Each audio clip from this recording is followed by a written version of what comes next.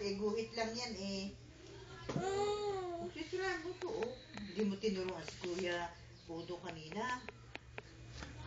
Papaawa. Nasaan yan? Ano? Nasaan? Nasaan?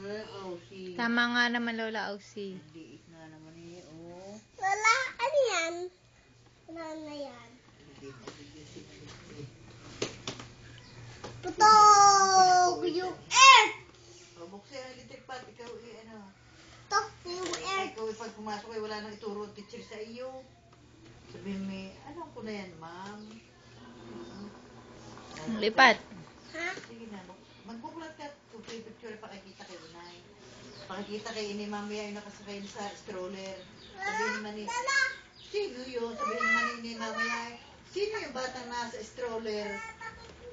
Ha? Baka sabihin ni tatay niya, oh, meron ba doon baby sa bahay? Bakit